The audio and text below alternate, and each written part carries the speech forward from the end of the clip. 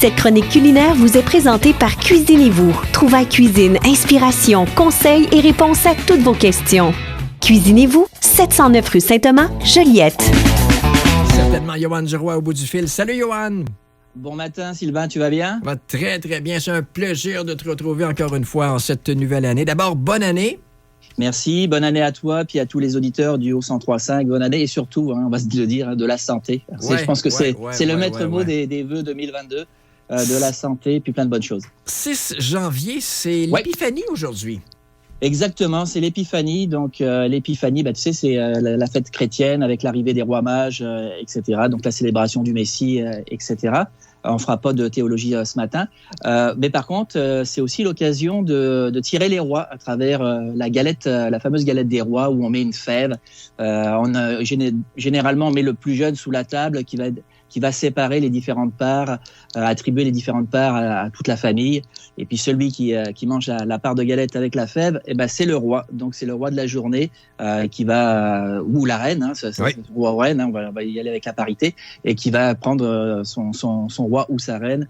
Et puis c'est le roi de la journée. Et c'est l'occasion de manger des galettes, que ce soit des brioches, que ce soit des galettes en tout genre, à frangipane, ou galettes des rois à la crème d'amande. C'est ce que je vais vous proposer ce matin.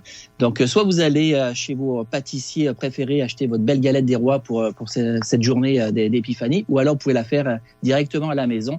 Vous avez besoin de quelques ingrédients super simples. Donc ne faites pas votre pâte feuilletée, à moins que vous ayez bien le temps, mais vous pouvez acheter déjà des pâtes feuilletées déjà tout prêtes dans les commerces. Super facile.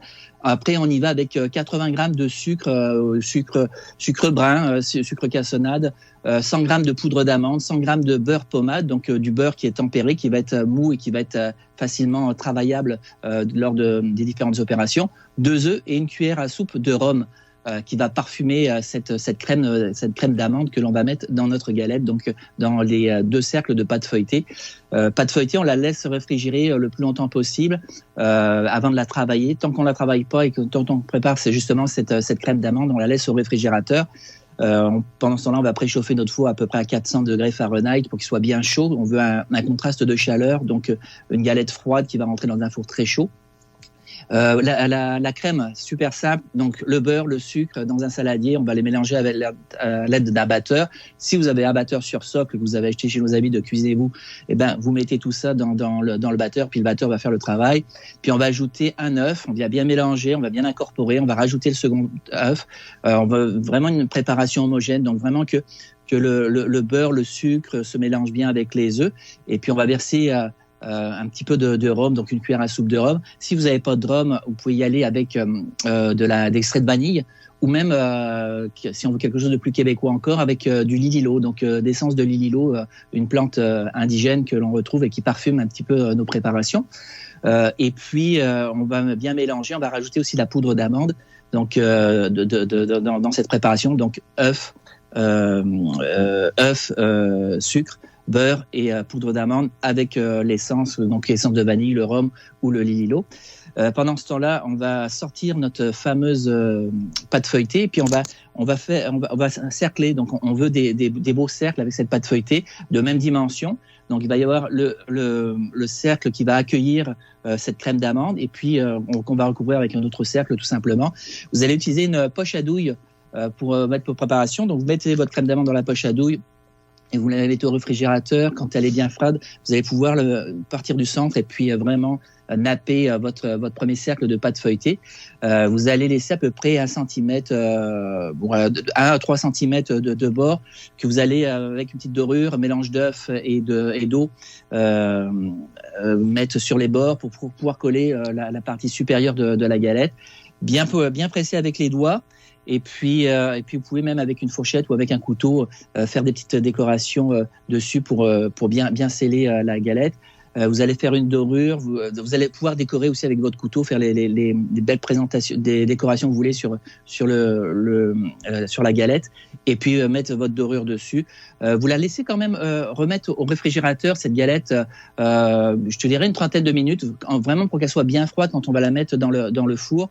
Et puis après, tu vas enfourner ça à 10 minutes à 400 Fahrenheit et puis après tu vas baisser pour une vingtaine de minutes à 350, 340 degrés Fahrenheit. Tu vas voir quand elle est bien dorée, c'est temps de la sortir et de la déguster. Ouais. Encore tiède, c'est fabuleux. Oui, c'est vrai, c'est bon, c'est nutritif à part ça. Et puis, oui, une belle occasion pour y goûter en ce 6 janvier, mais à longueur d'année, vraiment. Ouais. Puis si tu veux la frangipane, là c'est la crème d'amande. Si tu veux la frangipane, tu vas rajouter de la crème pâtissière à ta crème d'amande. C'est ce qui va donner cette galette des rois à la frangipane. Je suis passé chez nos amis de Cuisinez-vous. J'ai parlé de poche à douille, j'ai parlé de douille.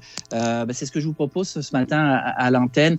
Donc, poche à douille, là, je vous prends une petite astuce là pour bien remplir votre poche à douille. Il suffit je vous montre à la caméra, recouvrir le rebord sur votre main. Comme ça, vous n'allez pas vous salir. Avec votre maryse, vous allez pouvoir mélanger le mélange. Votre douille est à l'intérieur.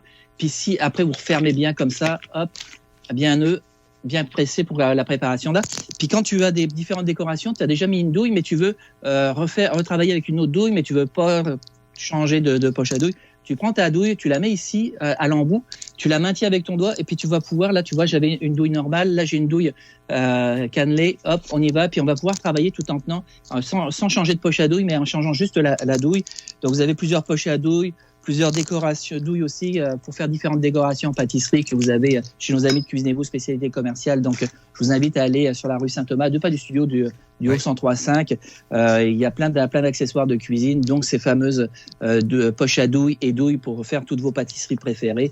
Donc je vous invite à aller les rencontrer puis à acheter vos équipements pour pouvoir cuisiner comme un chef à la maison. Oui, goûterlequebec.com pour voir le vidéo de la recette de ce matin. Johan, merci beaucoup. On se reparle la semaine prochaine. Avec grand plaisir. Je te souhaite plein de bonnes choses pour cette nouvelle année puis qu'on puisse prendre une bière très prochainement ensemble dans un de nos belles terrasses de la région. Bonne année à toi, le roi des chefs. Oh, merci, t'es gentil. Salut. Bonne année à vous tous. Salut, bye-bye. Cette chronique culinaire vous a été présentée par Cuisinez-vous, une magnifique et grande boutique vous offrant plus de 15 000 produits avec toujours le meilleur rapport qualité-prix. Cuisinez-vous à Joliette au 709 rue Saint-Thomas.